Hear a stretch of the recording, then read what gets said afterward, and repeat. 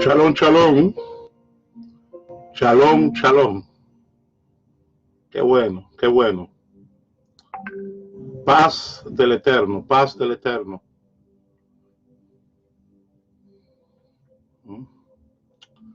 Ok. Ahí está, estamos en vivo y empezamos a conectarnos. Hashem te bendiga. Hashem Adonai Elohim te bendiga. Tenemos un programa interesantísimo. Ya empezaron a conectarse. Comparte este video, compártalo. Sabemos que las redes están repletas de muchos que transmiten y, ¿verdad? Este es un video de carácter espiritual, bíblico, escritural, teológico, académico, que va a edificar tu vida. Va a edificar tu vida.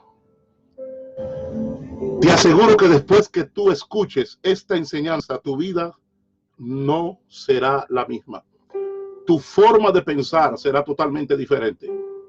Así que empezamos a conectarnos y no quisimos esperar más tiempo, ya que respetando el tiempo de todos ustedes, vamos a conectarnos por los diferentes canales, las diferentes páginas. Y desde ya estamos saludando a María Tavares, Karina Sánchez, Roberto Tineo Jr., Gira Fernández, Bernardo Tiburcio. Sé que estuviste por los Estados Unidos, pero amén. Ya sabes que cuando vaya por allá, la primera casa que voy a pisar es tu casa. Ya lo sabes. Nelson Al, Ovidio Rojas. Shalom, shalom. Por favor, déjenme saber, estoy usando una cámara diferente y estoy transmitiendo por otra vía y quiero saber si se escucha bien el sonido. Déjenme saber, pónganme algo, díganme, Gustavo Ría, activos. Amén. Pónganme algo, díganme si se escucha bien, para así no estar preocupado por el sonido. Ya empezamos de inmediato. Vamos a mandar el link ahora mismo.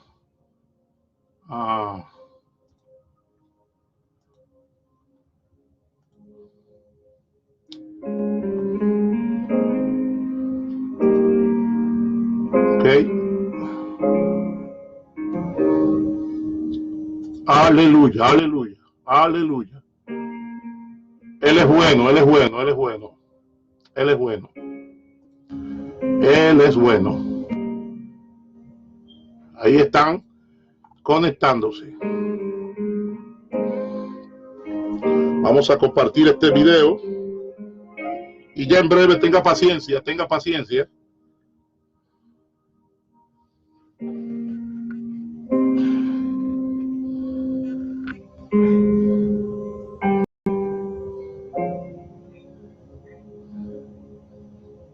Creo que ahí se está viendo. Ok, gracias, Carrillo. Se oye bien, dicen aquí. Perfecto, hay 32 personas conectadas. Y déjenme tener paciencia.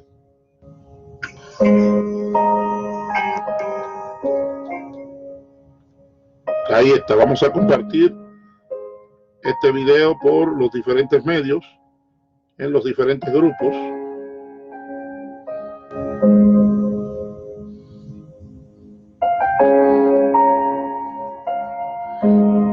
Él es bueno.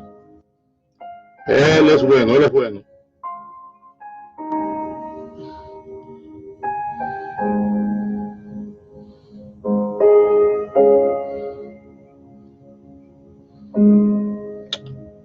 Aleluya. Aleluya, aleluya.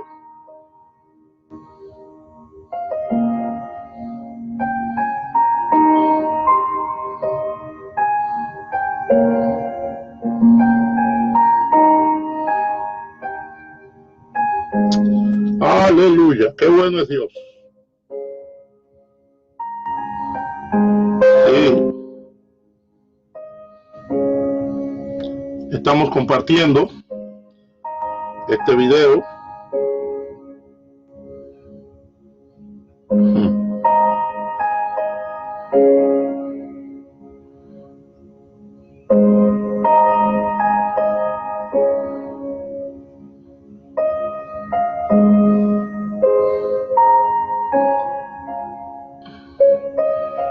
Ya en breve estamos iniciando. Este es su programa Periscopio. Periscopio. Ahí está. Ya en breve.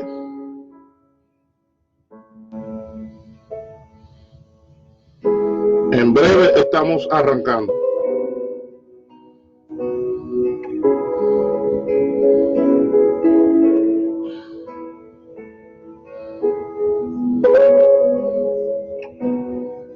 Él es bueno, él es bueno.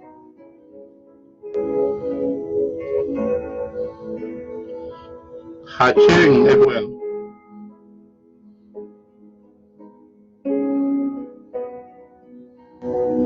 Este es su programa Periscopio.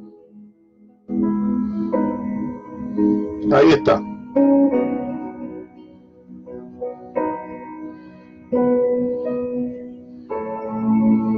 Bien. Tenemos aquí, dice que ya tenemos 57 personas conectadas. 57 personas conectadas. Estamos en vivo. Estamos en vivo. Qué bueno. Qué bueno. Bien, tenemos un programa especial para tu vida, para tu familia. God is good. Hachén el Eterno es bueno. Bien, vamos a iniciar leyendo en el Evangelio según San Juan, y les recuerdo que este es su programa Periscopio. Que el Eterno Hachén Adonai Elohim bendiga la vida, familia, ministerio de todos aquellos que se conecten. Dice Juan, el Evangelio de Juan, capítulo 1, capítulo 9, versículo 1 en adelante. Y pasando Jesús, vio un hombre ciego desde su nacimiento. Y pasando Jesús, vio un hombre ciego desde su nacimiento. Y le preguntaron sus discípulos, diciendo: Rabí, ¿quién pecó, este o sus padres, para que naciese ciego? Repito la pregunta. Y sus discípulos les preguntaron, diciendo: Rabí, ¿quién pecó, este o sus padres, para que naciese ciego?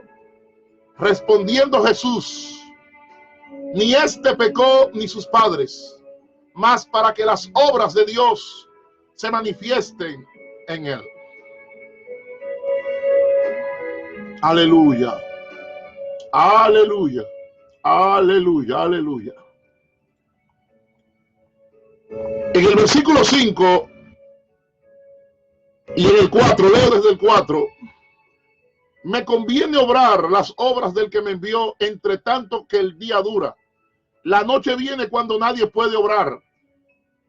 Entre tanto que estoy en el mundo, luz soy del mundo.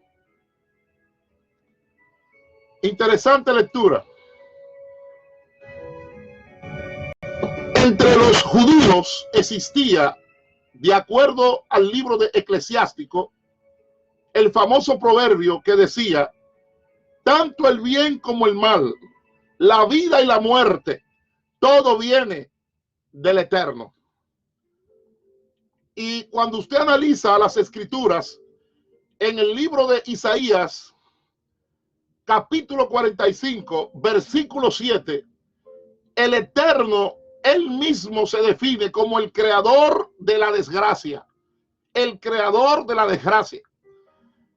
En Isaías 45, 7, y voy a leer desde el 6, dice Isaías 45, 6 y 7, para que se sepa desde el nacimiento del sol y desde donde se pone, que no hay más que yo el Eterno, y ninguno más que yo el Eterno, que formo la luz y creo las tinieblas, que hago la paz y creo el mal. Oiga esto, yo el Eterno, que hago todo esto. ¿Por qué los discípulos de Jesús le hacen esta pregunta? ¿Por qué le hacen esta interrogante? Ya ellos tienen en su mente lo dicho cientos de años atrás, siglos atrás. Ellos tienen en su mente también lo que dice el libro del profeta Amós, capítulo 3, versículo 6, que asegura que no sucede una desgracia en la ciudad que no sea causada por el Eterno. Amós, capítulo 3, versículo 6 dice: se tocará la trompeta en la ciudad y no se alborotará el pueblo.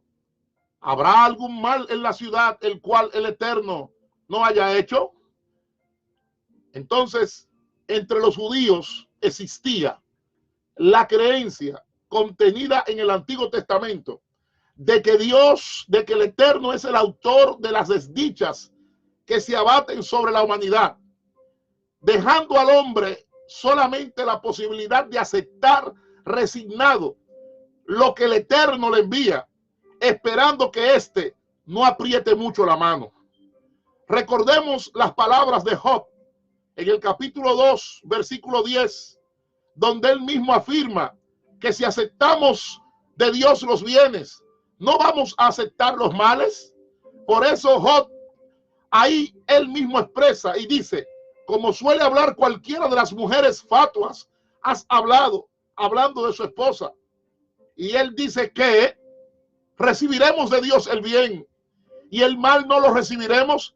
En todo esto no pecó Job con sus labios. Y si observamos la actitud de Job, Job replica a su propia esposa que lo reprende por haber bendecido al Eterno por todas las cosas, por todas las desgracias que le habían caído encima.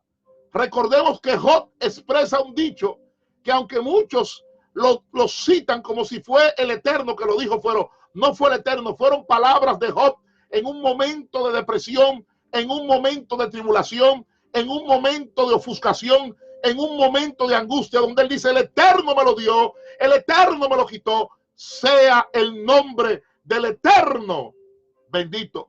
Job capítulo 1, versículo 21. Entonces, la convicción de que los males y las enfermedades son un castigo enviado por el Eterno a causa de las culpas de los hombres estaba tan arraigada en la época de Yeshua, en la época de Jesús, que cuando un hebreo encontraba a una persona con una imposibilidad, cualquiera que fuese, bendecía al Eterno y decía: castigo merecido. Y quien se encuentre con un mutilado, con un leproso, con un ciego, con un cojo, debe de expresar y decir: bendito el Eterno en su justicia. Pero si la enfermedad guarda siempre relación con el pecado del hombre, nos preguntamos: ¿cómo podía explicarse el sufrimiento de los niños que son inocentes? ¿Cómo se explica el sufrimiento de esas criaturas que son inocentes? ¿Qué decían los rabinos? Los rabinos buscaban una solución sencilla, muy sencilla, porque ellos decían: los pequeños son el chivo expiatorio de las culpas de los adultos. Por eso ustedes ven que en Éxodo, en el capítulo 20, se habla de un Dios celoso que castiga la culpa de los padres en los hijos, nietos y bisnietos cuando lo aborrecen. Perdón. Job 20, versículo 5 nos dice: no te inclinarás a ellas ni las honrarás, porque yo soy Jehová tu Dios, fuerte, celoso, que visito la maldad de los padres sobre los hijos hasta la tercera y cuarta generación de los que me aborrecen. Y en los escritos de la tradición oral, en los escritos de los rabinos, cuando en una generación hay justos, expresaban ellos, estos son castigados por los pecados de esa generación. Si no hay justos, los niños sufren entonces por los males de la época. Así decía la tradición oral, así decía la tradición de los ancianos, así decían los escritos rabínicos. Ahora, el fruto y producto de esta mentalidad, ¿quién pecó? ¿Este o sus padres? Es la pregunta que los discípulos le hacen al maestro, al rabí, al ver a un hombre que está ciego de nacimiento. Maestro, ¿quién tuvo la culpa de que naciera ciego? ¿Quién fue el culpable? ¿Quién fue el responsable? Porque tenemos que entender que existen interrogantes que nos pasan a todos, que nadie las entiende. Maestro, ¿quién tuvo la culpa de que naciera ciego? ¿Él o sus padres? Ahora, vamos a ir al contexto histórico del momento. La ceguera no era considerada una enfermedad cualquiera, óigalo bien, sino que por ser ceguera, ¿qué pasaba con la ceguera? Que la ceguera para los judíos impedía, por supuesto, el estudio de la Torá, el estudio de las instrucciones del Eterno. Y por lo tanto, como la ceguera impedía que la Torá se estudiara, que la Torá se leyera, que la Torá se aprendiera de memoria, los judíos creían que la ceguera era una maldición divina agravada por el anatema que ya el rey David había expresado, que odiaba a los ciegos hasta el punto de prohibirles la entrada en el templo de Jerusalén. Y cuando hablo del templo de Jerusalén, en el tiempo de David, estoy hablando del área, ¿verdad?, donde se construyó el templo, el palacio, donde estaba la zona que muchos llaman sagrada. Por eso en segundo libro de Samuel, capítulo 5, versículo 8, David expresa un aborrecimiento a los cojos y a los ciegos. En segundo libro de Samuel, capítulo 5, versículo 8, y dijo David aquel día: todo el que hiera a los jebuseos, suba por el canal y hiera a los cojos y ciegos, aborrecidos del alma de David. Por esto el proverbio y refrán se dijo: ciego ni cojo no entrará en la casa. Aleluya. Sin embargo, aunque ese no es el tema, fíjense que David había dado un decreto que ni ciego ni cojo entraría en la casa. Sin embargo, cuando se acordó del pacto que había hecho con Jonatán, señores, porque si hay algo que vale ante Dios, es la amistad sincera. Si hay algo que vale ante Dios, es la amistad fuera de hipocresía. Si hay algo que vale ante Dios, es la amistad sin celo, la amistad sin competencia, la amistad sin resentimiento, la amistad sin resquemor, la amistad para Dios, manifestada con un amor fraternal, con un amor puro. Para Dios vale más que 1.000.000 de sacrificios, que 1.000.000 de santurronerías y apariencias externas de rectitud y de santidad. David había dicho: no quiero ni cojos ni ciegos en mi casa. Sin embargo, a Mefiboset lo sentó al lado de él. Se sentó, hizo que a Mefiboset se sentara a la mesa con él. David lo había dicho en segundo libro de Samuel 5:8, búsquelo: ni cojo ni ciego entrarán en mi casa. Ahora, ¿cómo Jesús responde a los discípulos? Jesús responde excluyendo de forma expresa, clara, precisa, específica y taxativamente cualquier relación entre culpa y enfermedad. Oiga bien, Yeshua HaMashiach, él excluye eso, él quita eso y quita cualquier relación que haya entre culpa y enfermedad, entre culpa y desgracia, entre culpa y padecimiento, entre culpa y pecado. Y Jesús le dice: ni él ha pecado ni sus padres. Aleluya. Y advierte a los discípulos que incluso en aquel individuo tenido por pecador y maldecido por la religión y excluido de la sociedad, porque se trataba de un mendigo, en ese se iba a manifestar visiblemente la obra del Eterno. Bendigo al Eterno, aleluya. Hachén sea bendito.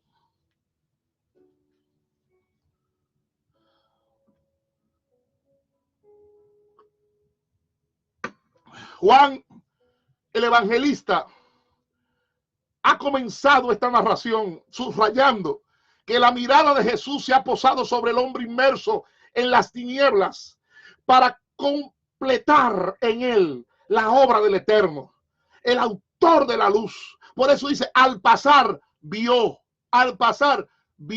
Jesús a un hombre ciego de nacimiento. Jesús repite en el ciego los mismos gestos cuando el eterno creador iba a hacer al hombre.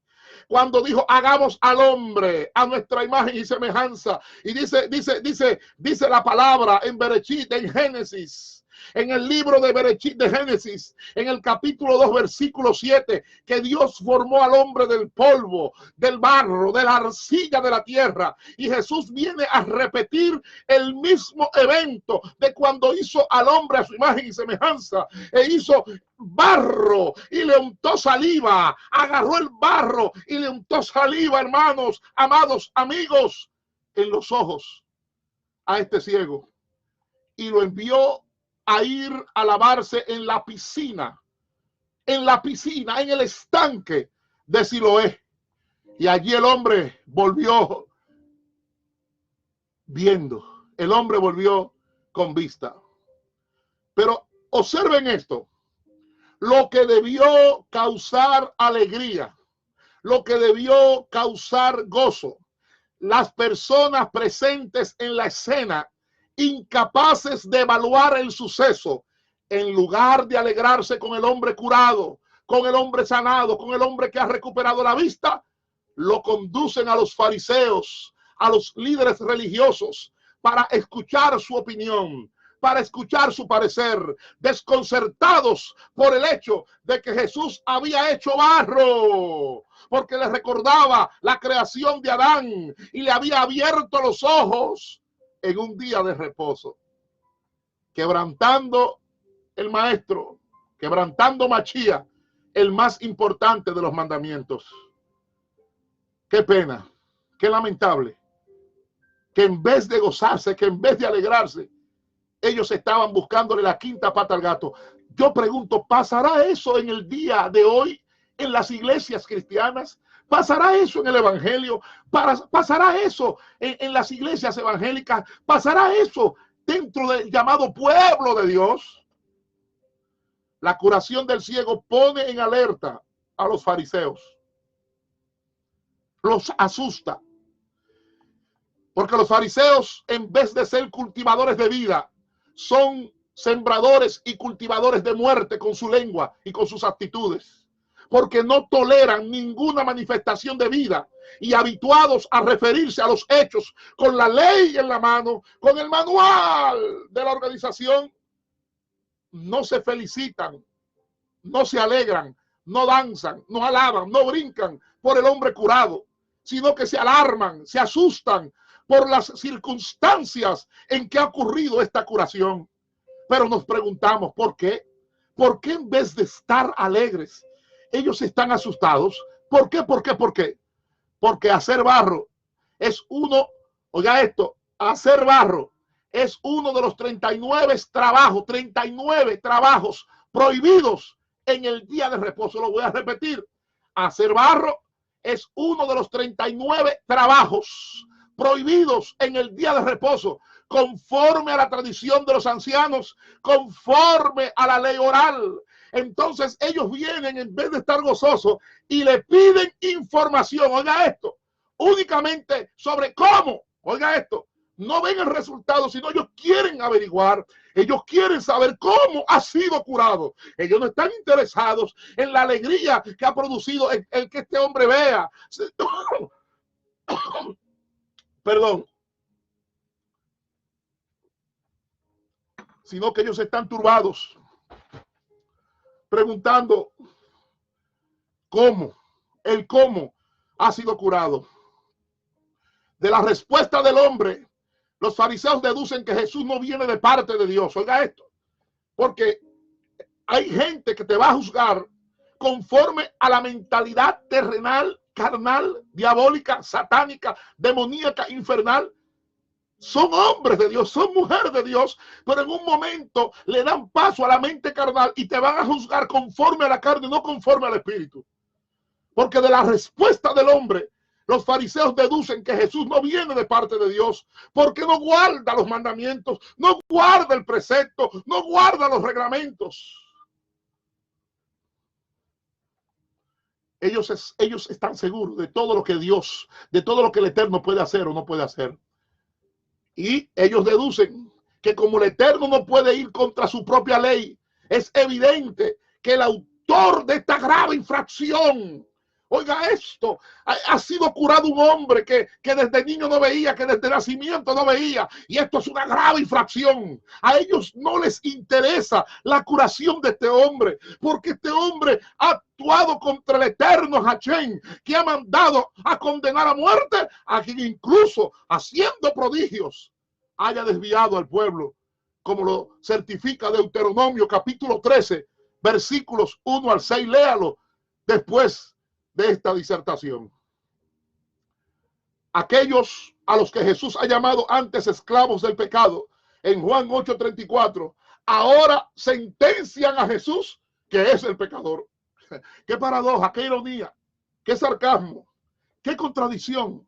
Aquellos que el mismo Jesús les dice que son esclavos del pecado en Juan 8:34, ahora tiran una sentencia, una alegación, una opinión de que Jesús es un pecador porque ha sanado a un hombre ciego de nacimiento. Pero en algunos fariseos, la ostentosa seguridad teológica se resquebraja, sí. Esa ostentación de esa seguridad teológica, en ellos se resquebraja frente a la evidencia del hecho.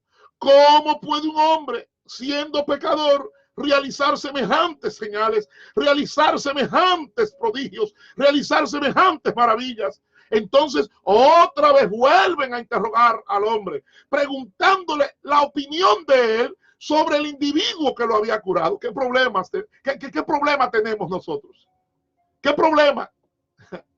O sea, hay gente que en vez de alegrarse de tus triunfos, de tus éxitos, de tus logros, de alabar a Dios, ellos mejor prefieren brincar y saltar cuando te llega la desgracia.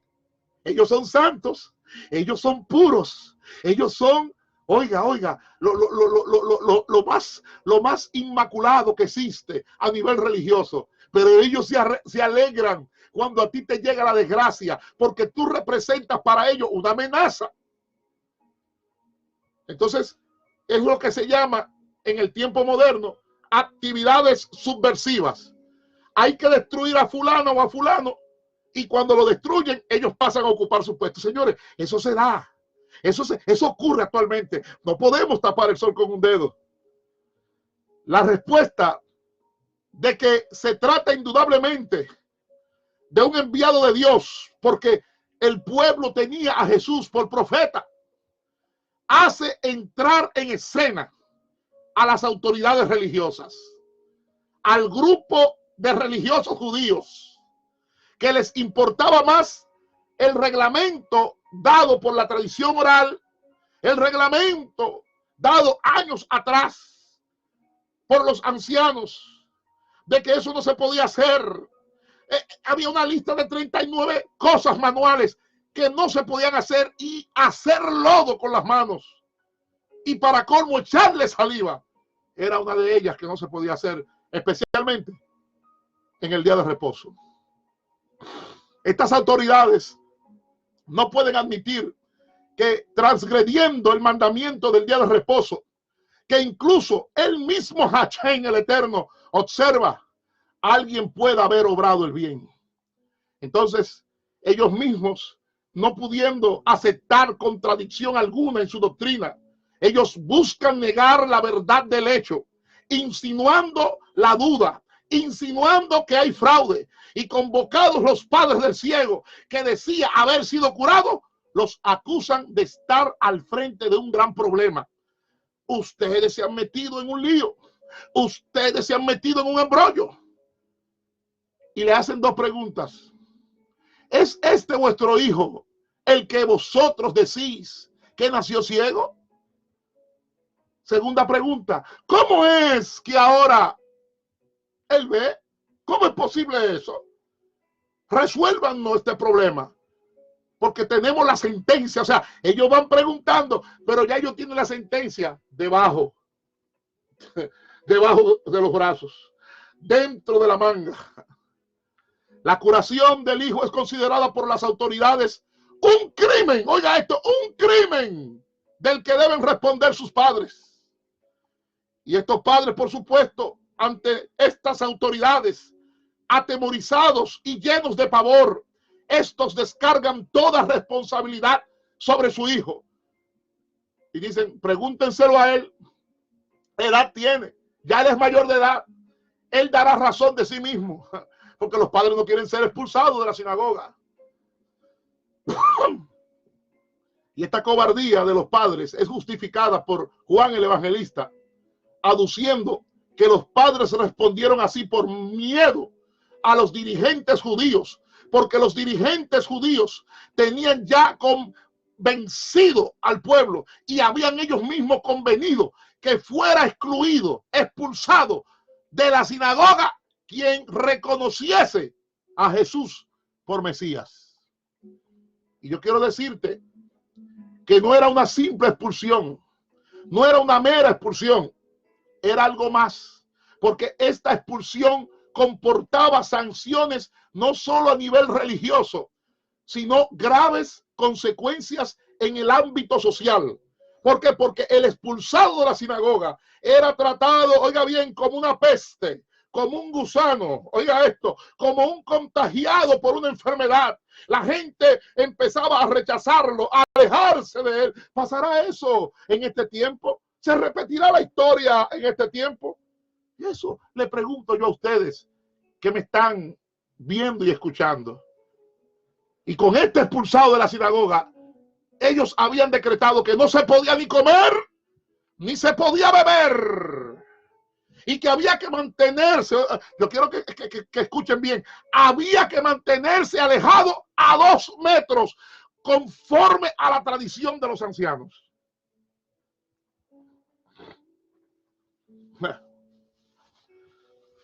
A 2 metros, conforme a la tradición de los ancianos.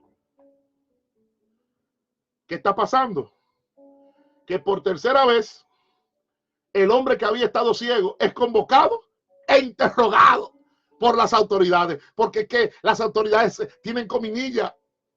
Esto le ha molestado. ¿Por qué? Porque ellos quieren e intentan hacerle reconocer a este hombre que ahora ve que ha sido algo malo para él la recuperación de la vista a manos de un pecador. El hecho de tú recuperar la vista, esto es horrible, esto es horrendo, esto es horroroso. Señores, a lo que llegan muchas veces ciertas autoridades religiosas por guardar su prestigio, por guardar un estatus, por guardar una posición, habiendo cambiado en un abrir y cerrar de ojos de la condición de beneficiario de un milagro de la fe, ahora él pasa a ser un imputado. Un imputado. El hombre evita la trampa que le tienden las autoridades religiosas y no entra, oiga bien, él no entra en discusión teológica. Me gusta eso, porque el ciego que ahora ve, él no entra en discusión teológica, él no entra en el terreno teológico. ¿Por qué? Porque entre la verdad dogmática y la propia experiencia que la persona ha vivido vital, esa experiencia vital tiene la última palabra. Y esa última palabra él es la más importante. Lo voy a repetir. Entre una verdad dogmática y una experiencia propia, vital, que tú has experimentado directo de la mano del Eterno en tu propia vida, aunque es subjetiva, aunque no tiene explicación, tú has vivido esa experiencia. Y el ciego responde y dice: si es pecador, yo no lo sé. Si es pecador y si es inmundo, a mí no me importa. Una cosa sé, que yo era ciego, pero ahora veo. Aleluya. Alabado sea Hashem, el Eterno. Pero la alegría del hombre que había pasado de las tinieblas a la luz, ni siquiera es tomada en cuenta, ni siquiera es tomada en consideración por las autoridades, porque para las autoridades no puede haber nada de bueno en la transgresión de uno de los reglamentos santos de nuestro manual. Tremendo. Y ellos, que estaban habituados a encontrar en los libros sagrados escritos siglos atrás una respuesta válida para cada situación de sus contemporáneos, los jefes religiosos piensan no tener nada que aprender o modificar, porque así son los jefes religiosos. Piensan que no tienen nada que aprender o modificar. Hay obstinación, hay terquedad, señores. Y ven cualquier novedad, cualquier cambio, como un atentado contra Dios, que ha determinado para siempre en su ley el comportamiento del hombre, al que no le queda sino someterse a las normas establecidas en otros tiempos y para otros hombres. Estos dirigentes, a costa de negar la evidencia, no pueden admitir la curación del hombre, porque esto dañaría su estatus, su autoridad, su prestigio, pero sobre todo la autoridad de sus enseñanzas, que ellos, paralelo a la Torá, paralelo a la Tanakh, paralelo a los escritos, paralelo a los profetas, ellos entre líneas han infiltrado, malinterpretando las escrituras.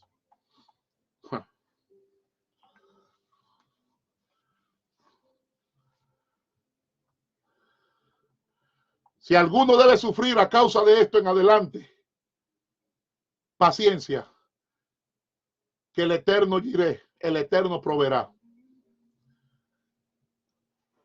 Pero me llama la atención que la obstinación del hombre, que no se doblega a su autoridad y que no quiere reconocer que para él habría sido mejor permanecer ciego, porque ese era el objetivo de los dirigentes religiosos con este ciego. ¿Qué produce esto? Ira en ellos, porque este hombre no se está doblegando a una autoridad usurpada por parte de ellos y que no quiere reconocer que para él habría sido mejor permanecer ciego por inculcación de los fariseos. Esto aumenta la ira de los jefes, que vuelven de nuevo a interrogarlo, otra vez a interrogarlo, porque la terquedad es así, la obstinación es así, acerca de las circunstancias. A ellos no les importa que el hombre está sano, a ellos no les importa que el hombre ahora ve, a ellos les importan las circunstancias, a ver si se violaron las reglas para poder sanar a este hombre. A ellos lo que les importa es la circunstancia de la curación. ¿Qué te hizo? ¿Qué te hizo él? ¿Cómo te abrió los ojos? Recordemos que para los judíos abrir los ojos a los ciegos era o es una imagen con la que el profeta Isaías había profetizado la liberación del yugo, la liberación de la tiranía, la liberación de la opresión. Por eso en Isaías capítulo 35, versículo 5, dice: entonces los ojos de los ciegos serán abiertos y los oídos de los sordos se abrirán. Lo repito, abrir los ojos a los ciegos. Póngame atención. Abrir los ojos a los ciegos es una imagen con la que el profeta Isaías había indicado y profetizado la liberación del yugo, la liberación de la tiranía, la liberación de la opresión. En Isaías 35:5 nos dice: entonces los ojos de los ciegos serán abiertos y los oídos de los sordos se abrirán. Y en Isaías 42, versículo 7, el profeta Isaías dice: para que abras los ojos de los ciegos, para que saques de la cárcel a los presos y de casas de prisión a los que moran en tinieblas. La repetición de esta expresión 7 veces en la narración quiere subrayar aquello que preocupa realmente a las autoridades. ¿El qué? ¿El qué? ¿Qué es lo que le preocupa? Que la gente abra los ojos, que a la gente se le abra el entendimiento, que la gente despierte de un soporífero que le han inyectado. Estos dirigentes judíos pueden avasallar e imponer sus verdades a diestra y a siniestra, mientras el pueblo no ve. Pero si alguien comienza a abrir los ojos de la gente, ellos dicen, estamos en peligro. Estamos en peligro. Estamos en peligro. Wow, 78 personas conectadas. Dios mío. Abrir, si alguien empieza a abrir los ojos de la gente, ellos dicen, estamos perdidos. Estamos en peligro. Ya ustedes saben. Y vuelven otra vez a interrogarlo.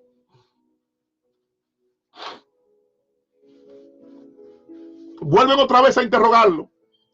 El hombre curado se niega a responder y pregunta a las autoridades si tanto interés no se debe acaso a que quieren hacerse también ellos discípulos de Jesús. Ay, ay, ay, ay, qué galleta sin mano, qué bofetada sin mano. Oiga, oiga, oiga, el hombre está ya cansado, está hastiado de que le pregunten tanto. Y él le pregunta a esos mismos dirigentes, a esas autoridades, ¿qué tanto interés es que ustedes tienen? ¿No será que ustedes quieren también hacerse discípulos de ellos? Y ellos responden, jamás.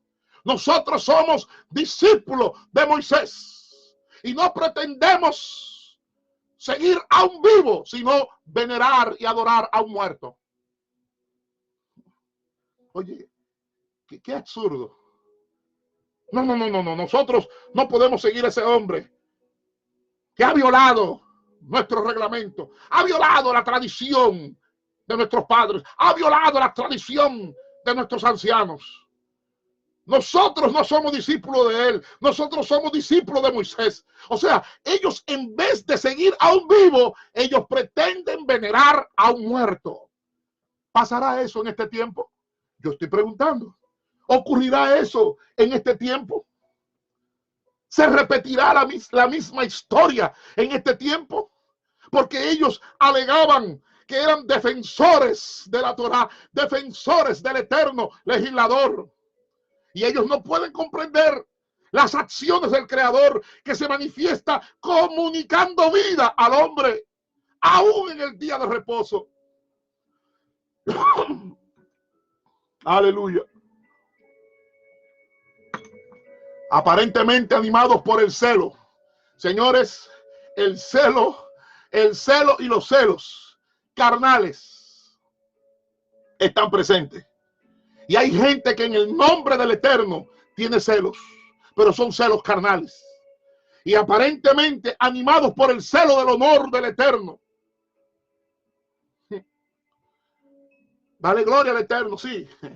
Pero en realidad solamente piensan en salvaguardar su poder, en salvaguardar su honor, en salvaguardar su posición, en salvaguardar su prestigio, en salvaguardar su poder, usando el nombre de Hashem el Eterno para sofocar la vida que él comunica a los hombres pecadores. Por eso Juan el Evangelista subraya la gravedad del comportamiento de las autoridades, que no solo no quieren ver, sino que impiden que la gente vea.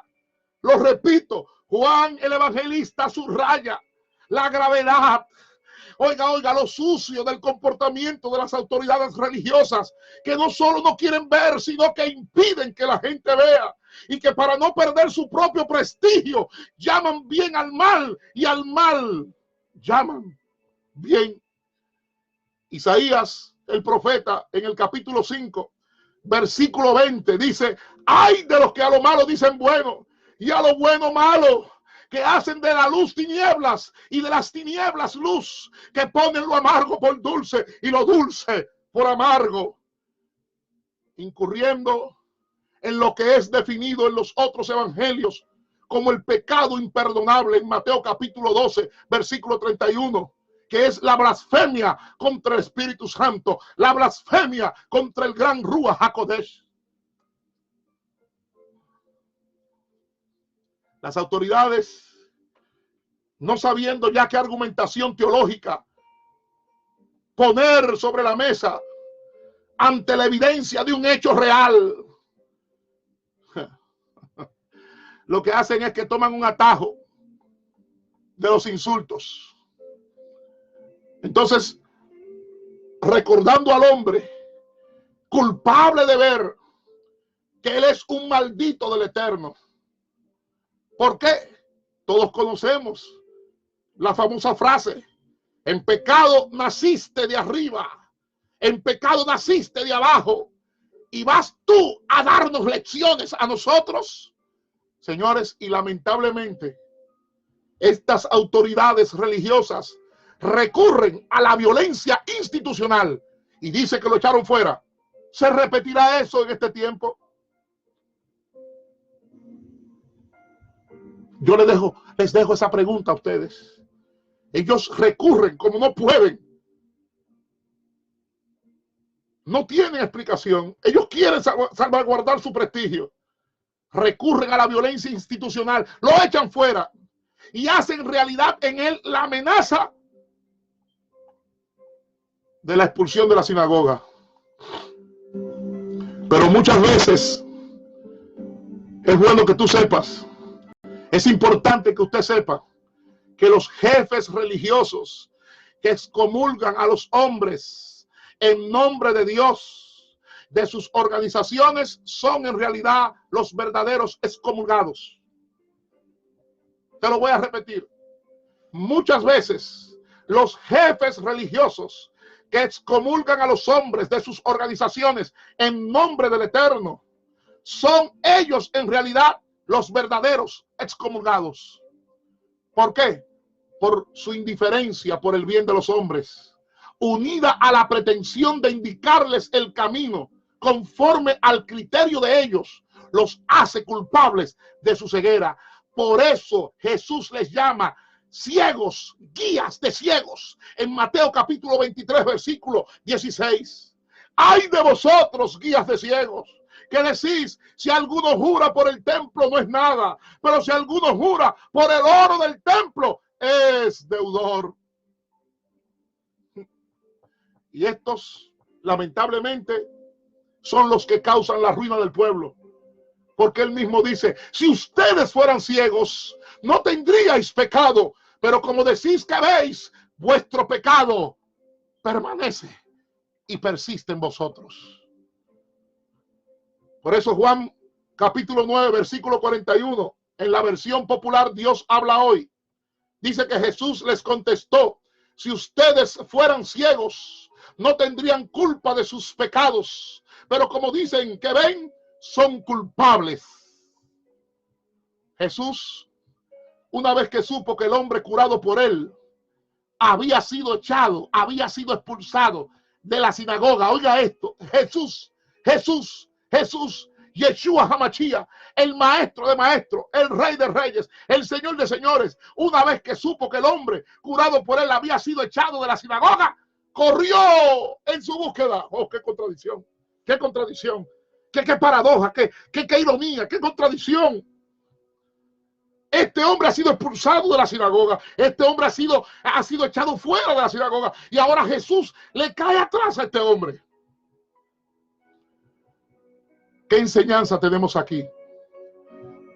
Ya vimos a David que había dicho que no quería cojos ni ciegos en su casa.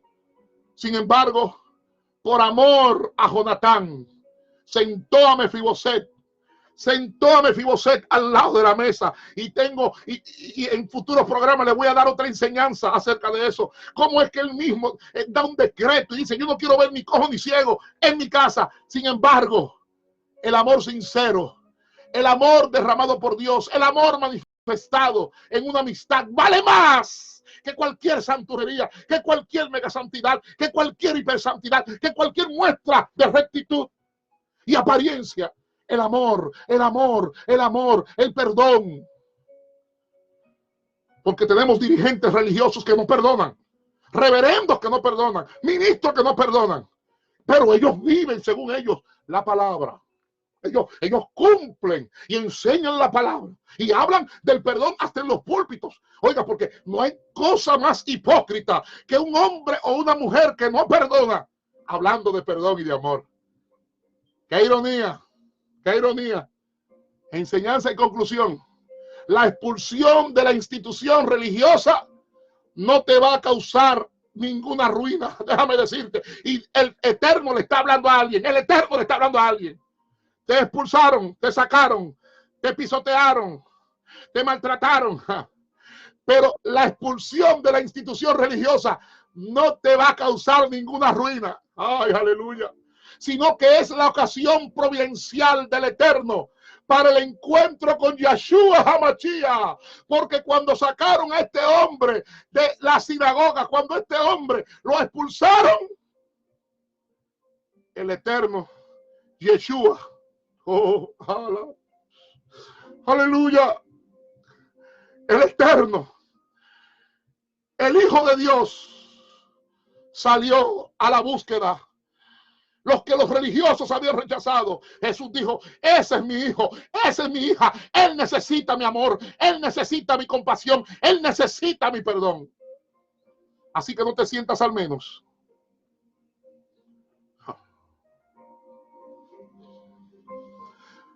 No te sientas con autoestima baja, deja la depresión. Si te ibas a suicidar, no lo intentes. Que alguien, el más grande, anda detrás de ti. Y yo sé que el Eterno le está hablando a alguien. Te han menospreciado, te han rechazado, te han tenido al menos, pero tranquila, tranquilo, no tienes que suicidarte, no tienes que esconderte, no tienes que aislarte, porque Jesús anda detrás de ti buscándote para abrazarte, para perdonarte y para decirte, te amo, te perdono. Hachén te bendiga. Que el Eterno Hachén, Adonai Elohim, inyecte estas palabras en tu corazón.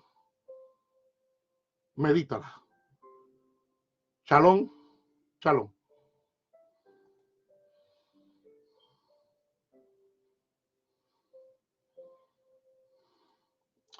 Aleluya.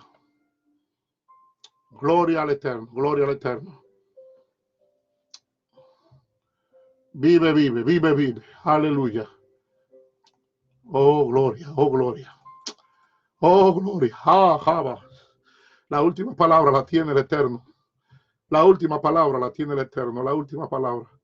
El Eterno te bendiga. El Eterno te guarde. El Eterno te abrace. El Eterno. Aleluya. Aleluya. Hasta la próxima semana. Si el Eterno no dispone de otra cosa. Amén, amén.